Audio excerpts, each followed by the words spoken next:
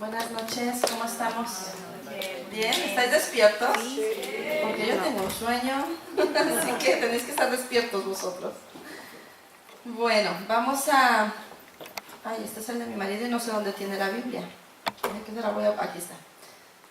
Bueno, vamos a estudiar sobre el tabernáculo. Sabéis que está el tabernáculo de Moisés y el tabernáculo de David. Y hoy vamos a empezar el estudio del tabernáculo de Moisés. ¿Oramos un momento? Señor, gracias por tu presencia, gracias por tu palabra. Gracias, Señor, porque es viva y es eficaz, Señor. Y Señor, no tiene límite, es atemporal, Señor. Y siempre, Señor, tiene una aplicación a nuestra vida. Yo pido, Señor, que abras nuestra mente, nuestro corazón para recibir tu palabra y también que me uses, Dios, en el nombre de Jesús. Amén.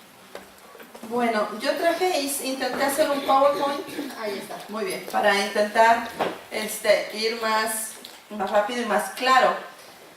Hoy vamos a ver una introducción al tabernáculo de Moisés, por lo tanto va a ser una vista general, ¿vale? Luego ya veremos el atrio, el lugar santo, el lugar santísimo, lo veremos en los siguientes 3 viernes de este mes. Pero hoy tenemos una introducción. Diapositiva número 2, por favor. El hecho de que Dios, dice ahí, el hecho de que Dios haya dedicado tantos capítulos en su palabra a este edificio, debería despertar en nosotros nuestra curiosidad espiritual para estudiarlo. Desde Éxodo 25 más o menos hasta el capítulo 30 y bueno, casi a partir del 25 en adelante y luego el capítulo 40, está constantemente dando Dios instrucciones sobre el tabernáculo y cómo tenían que construirlo. El tabernáculo se empezó a construir 3 meses después de que el pueblo de Israel salió de Egipto y lo montaron justo un año después del pueblo de Israel haber salido de Egipto. O sea que les duró, pues, si son 12 meses, un año, 12 menos 3, 9 meses. Un embarazo. 9 meses tardaron en construir el tabernáculo. La siguiente diapositiva, por favor. Tabernáculo significa habitación temporal. En algunas palabras se habla del tabernáculo de reunión, en otras es el tabernáculo de Moisés, pero en realidad era una habitación temporal. Era una construcción, un templo, un edificio desmontable. Dios ordenó que a la hora de hacerlo fuera algo desmontable. Imagínate que ahora mismo decimos, bueno, pues ya no queremos estar en Benimaclet, ahora nos vamos, yo que sé, a Ruzafa, ¿no? Vamos a plegar paredes, techo y nos vamos para Ruzafa y allá lo montamos. Pues así era el tabernáculo, era desmontable. Y de esta manera, con el propósito de Dios al crear el tabernáculo, era el poder encontrarse con su pueblo durante sus jornadas a través del desierto. No podía ser un edificio fijo porque recordemos que el pueblo estaba en una jornada, en un viaje a través del desierto, entonces allá donde paraban volvían a montar todo el tabernáculo. Ahora, el tabernáculo que se describe en el libro de Éxodo, en algunos aspectos se parece un poco al templo de Salomón, el que Salomón construyó en Jerusalén, pero el templo de Salomón era fijo y este era desmontable, ¿vale? Dice que era, a ver si podemos poner la siguiente diapositiva, por favor. La parte de la cabaña que está ahí, que lleva una cosa marrón con una rayita roja y blanca, ¿las veis? Sí. Eso medía alrededor de 13 metros y medio de largo por 4 y medio de ancho por 4 y medio de alto, ¿vale? Y el tabernáculo, la siguiente diapositiva, porfis, ahí. Se dividía en 3 secciones, ¿vale? Se dividía en esta parte de aquí afuera era el atrio, luego ese rectángulo ahí era el lugar santo y el otro era el lugar santísimo. Entonces se dividía en el atrio, lugar santo y lugar santísimo. Y ahí habían, bueno, si me pones la otra diapositiva y luego regresamos a esta, ¿vale? No, número 5. ¿Es la siguiente? Esta. No, espérate que ya... No, déjamela en la anterior. disculparme, que me he liado aquí con las diapositivas. Ahí, ¿vale? Vamos a ver qué había en cada sitio, ¿vale? En el atrio habían dos cosas, que era el altar de bronce, que era esto, ¿vale? Donde se ofrecían ciertos sacrificios, y una fuente, pone ahí la fuente de bronce, en otras partes se le conoce como lavacro, que es donde se lavaban los sacerdotes. Luego estaba dividido, ¿me pones la anterior a esta, por favor? Ahí. Esto era el atrio, y luego había una cortina de colores, ¿la veis? Que dividía el atrio del lugar santo y del lugar santísimo. En el lugar santo, que tenía una longitud de 9 metros por 4,5 más o menos, ahí estaba, ahora sí la siguiente, estaba la mesa de los panes, que la vemos ahí, el candelero de oro y el altar del incienso. Como dijo el pastor, todas estas cosas tienen un símbolo, representan algo. Dios fue muy específico a la hora de dar las instrucciones de cómo hacer el tabernáculo. Dios le dijo de qué materiales, tenía que ser de madera.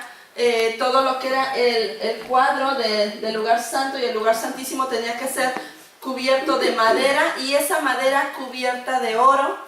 Dicen los que estudian la palabra que representa la madera, representa nuestra humanidad, y el oro representa la presencia de Dios. Nuestra humanidad tiene que estar recubierta por la presencia de Dios.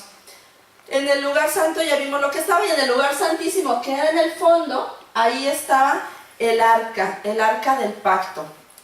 El arca del pacto. Y el lugar santísimo, el sacerdote, el sumo sacerdote, solo podía entrar una vez al año aquí a este lugar y ofrecer un sacrificio, una vez al año nada más. Y era un sacrificio para perdón de los pecados de todo el pueblo, pero el sacerdote tenía que estar muy seguro de que él no tenía pecado, porque habían algunos que se creían que con Dios se podía jugar, entraban y caían muertos. Entonces les ataban un cordón al pie para que por si acaso se morían, lo pudieran sacar y nadie más muriera. Eran listos, ¿verdad? Decía, yo no me arriesgo, yo te ato una cuerdecita y si caes, pues te sacamos. Entonces, esto es lo que es el tabernáculo. Ahora, ¿quién planeó el tabernáculo de Moisés? Dios. Si me puedes poner la siguiente diapositiva, por favor, la 6. Fue construido por planeación divina. Dios fue el que tuvo la idea de construir el tabernáculo. Así como fue Dios el que hizo al hombre, así como fue Dios el que se acercó a buscar al hombre cuando había pecado, así como fue Dios el que tomó la iniciativa por sacar al pueblo de Egipto, así Dios toma también la iniciativa de construir un lugar donde pudiera haber intimidad, donde pudiera haber adoración, donde hubiera comunión de Él con el pueblo. Entonces, algo que nos enseña el tabernáculo de Moisés es la iniciativa de Dios por el ser humano, por su pueblo. Dios ha tenido la iniciativa con nosotros también. Dios tuvo la iniciativa de enviar a su Hijo Jesucristo para darnos salvación.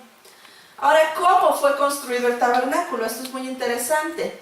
En Éxodo, capítulo 25, en Éxodo, a ver si llego a Éxodo, que tenía todas mis notas allá. Éxodo 25, versículos 1 y 2, dice: el Señor le dijo a Moisés, dile al pueblo de Israel que me traiga sus ofrendas sagradas. Acepta las contribuciones de todos los que tengan el corazón dispuesto a ofrendar. Acepta las ofrendas de todos los que tengan el corazón dispuesto a ofrendar. Es decir, el tabernáculo se construyó a base de ofrendas voluntarias que la gente traía.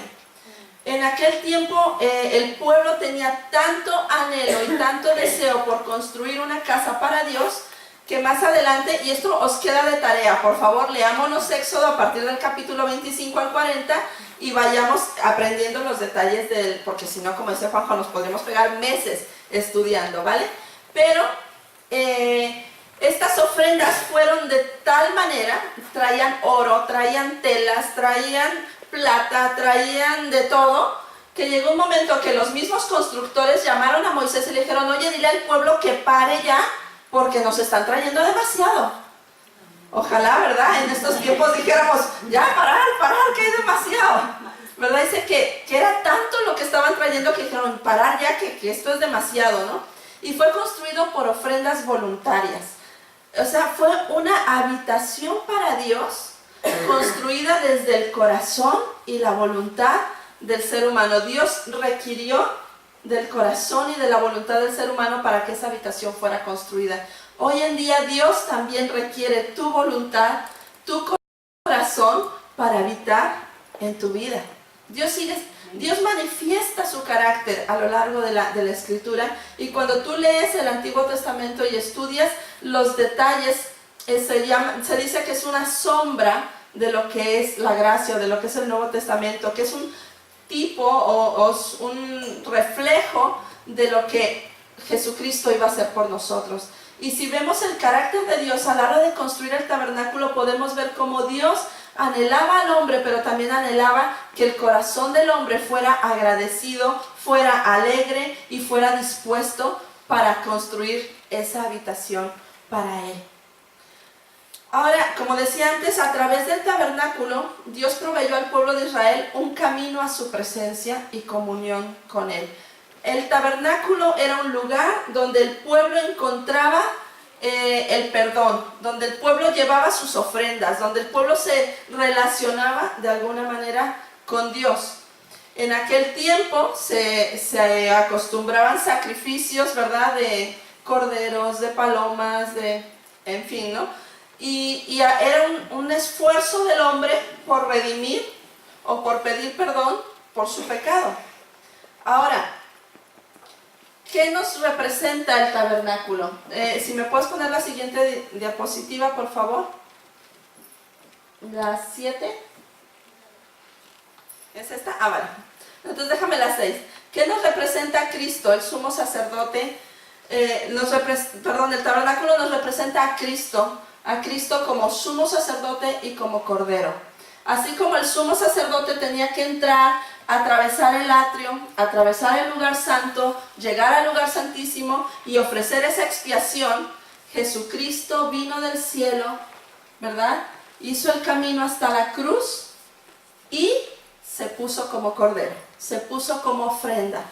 Y dice la Biblia que Él pagó el precio por nosotros de una vez y para siempre. Fue el Cordero de Dios enviado del cielo como sacrificio grato, digno, agradable delante de Dios para siempre. Ya no necesitamos sacrificar nada. Ahora Jesús vino. Jesús rasgó el velo. Cantamos la canción, ¿verdad? El velo se abrió, se rasgó, se partió. Jesucristo hizo esta obra redentora para que ahora nosotros tengamos ese acceso directo al Padre Celestial, para que tengamos acceso a su presencia. Diapositiva número 7. Así como recordáis que el tabernáculo significa morada o habitación temporal, Jesús también vino a la tierra y hizo de la tierra su habitación temporal. Estuvo 3 años, 33 años, 3 años y medio de ministerio entre nosotros. Eso fue temporal, pero luego Él se ofreció como ese cordero para darnos un sacrificio único y para siempre. También nosotros, como creyentes, dice la Biblia que estamos aquí en la tierra en una habitación temporal. La tierra es una morada temporal. Nosotros tenemos un destino eterno. Y el tabernáculo nos habla también de esa intimidad que Dios desea con el ser humano. Así como ese sacerdote podía entrar al lugar santísimo, así como podía, yo creo que era el privilegiado, ¿verdad?, del pueblo, porque era el único que una vez se construyó, nadie más volvió a ver el arca del pacto más que el sumo sacerdote. El pueblo ya no lo veía. El resto de sacerdotes no veían el arca del pacto. El único que entraba a la misma presencia de Dios era el sumo sacerdote. Y ahora Jesús dice que nos ha hecho reyes y sacerdotes para nuestro Dios. Es decir, tú y yo tenemos ahora el privilegio de llegar a su misma presencia a través de la oración, a través de nuestra comunión con Dios. Y lo triste, queridos, es que nos lo tomamos tan a la ligera, ¿verdad? Tan a la ligera el privilegio de poder tener intimidad con Dios, de poder entrar a su presencia. Dice un salmo, dice, entraré por sus puertas con acción de gracias, por sus atrios con alabanza. El momento de alabanza y de adoración que tenemos en comunidad es un tiempo de intimidad con Dios. El tabernáculo tiene muchas aplicaciones y yo muchas veces hablo con los de la alabanza y les digo que una imagen del tabernáculo también es entrar en esa profundidad de adoración hasta entrar en la misma intimidad con Dios cuando estás adorando. Pero a veces nos conformamos con vivir en el atrio, nos conformamos con vivir danzando alrededor del tabernáculo y no entramos a la presencia misma de Dios y a todo lo que Él tiene para nosotros. Recordemos que el sacerdote, ¿cómo tenía que entrar al lugar santísimo? Con ropas limpias, sin pecado, ¿verdad? ¿Y cómo nos presentamos nosotros delante de Dios? A veces hemos abaratado la gracia y decimos, es que Dios me entiende, es que Dios lo sabe. Mira, no es que Dios no sepa que soy humana, es que yo sé que Él es santo y que yo tengo que entrar a su presencia y buscar la santidad en mi vida.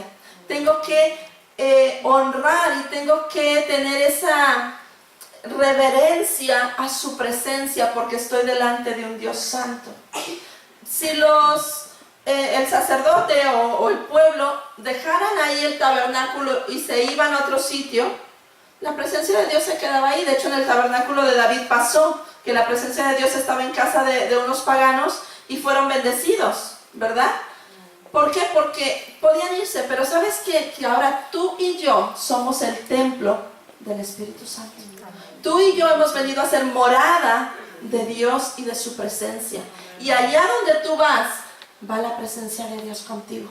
Allá donde tú entras, está Dios contigo. Allá donde lo que tú estás viendo, está Dios contigo. En las conversaciones que estás teniendo, está Dios contigo. Y a veces nos olvidamos del peso de su presencia en nuestra vida.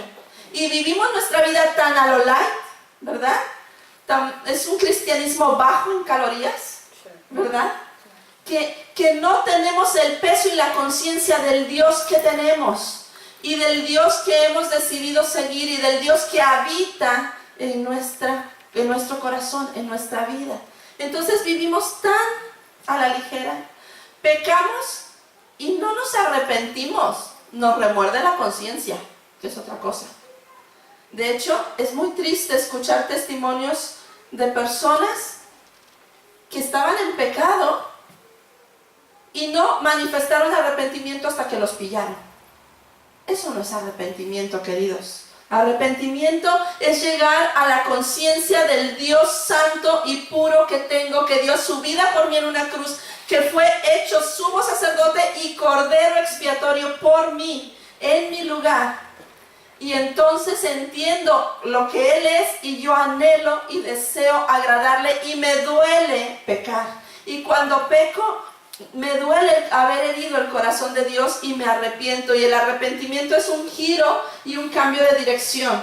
El remordimiento es, ay, sí, estoy mal, ya lo sé, pero, ay, Señor, qué mal me siento, pero sigo en la misma dirección y no cambio. Eso es remordimiento.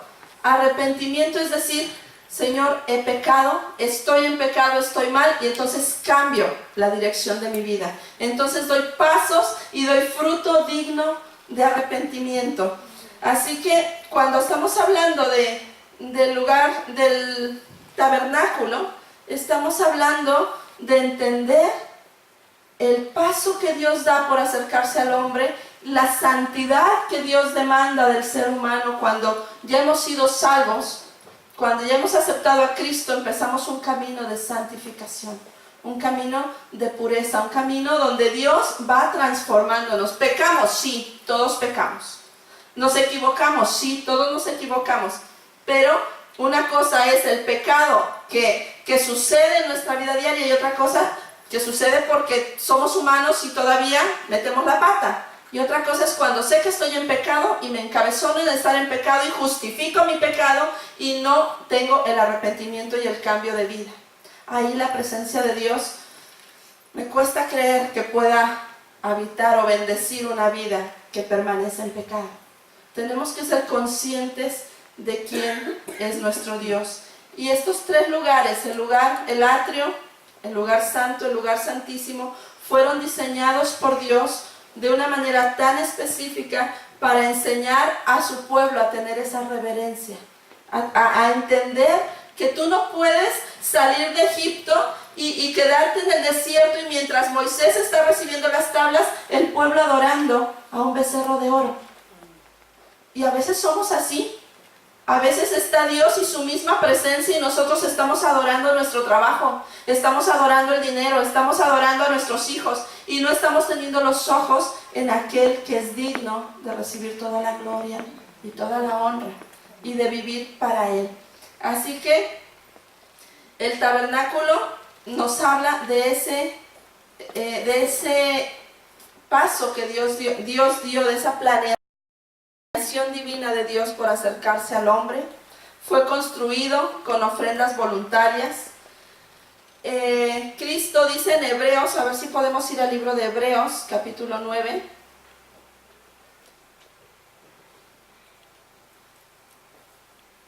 Hebreos, ¿dónde estáis? Aquí, Hebreos. Capítulo 9, ¿vale? Dice, a ver si lo encuentro.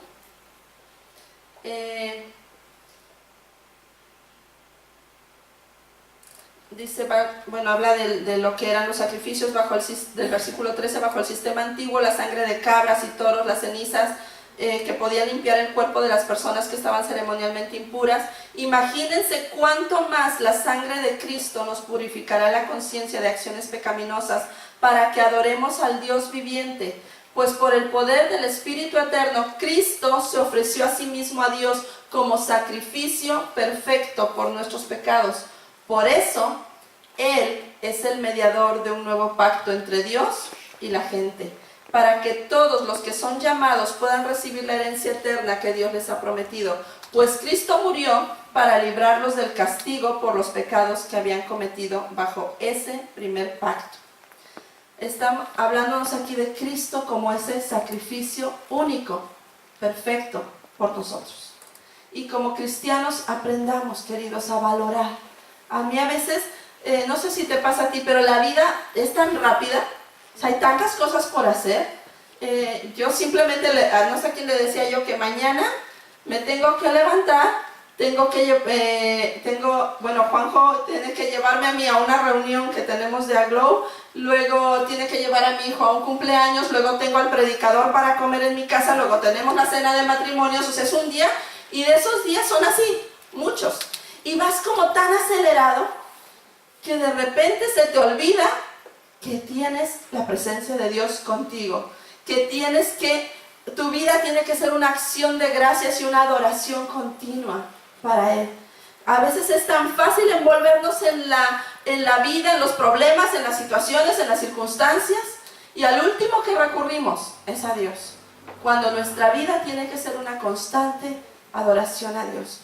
Nuestras oraciones tienen que ser como ese incienso que sube a su presencia. Nuestra alabanza tiene que ser grata delante de Él. Nuestro testimonio tiene que dar fe de quién es Dios en nuestra vida y de lo que Él ha hecho en nuestra vida.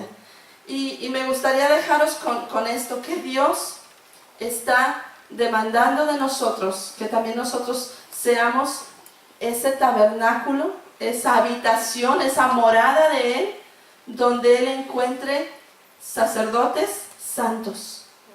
Que Él nos ha hecho sacerdotes para nuestro Dios, pero sacerdotes santos, sacerdotes que anhelemos su presencia. Yo no he querido entrar en los detalles de los significados porque sé que después viene el atrio. La próxima semana estaremos hablando del atrio y lo que había ahí y el significado del atrio, pero sí quiero hablarte de ese Dios que tenemos, que nos anhela y toma la iniciativa por nosotros.